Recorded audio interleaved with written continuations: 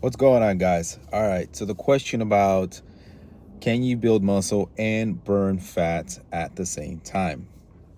Short answer is yes. Is it a complicated process?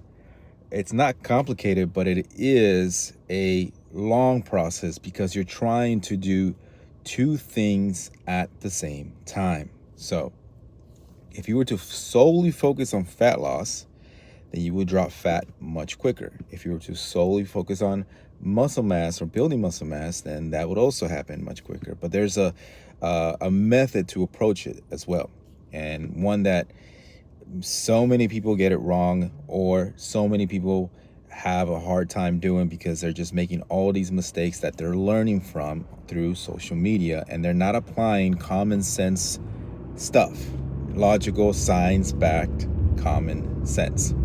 So what do I mean by that? So the process of fat loss, in the most simplest terms, everyone should already be hearing this constantly.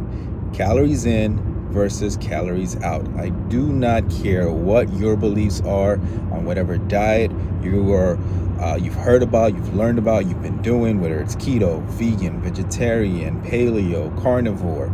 I don't care. All those diets that you've been trying or doing or have done, they all have one thing in common. They are calorie restrictive, meaning that you are automatically in a deficit because you are restricting calories from a specific macronutrient. So if you're vegan, you're not getting calories from meats. If you're carnivore, you're not getting calories from carbs, so on and so forth.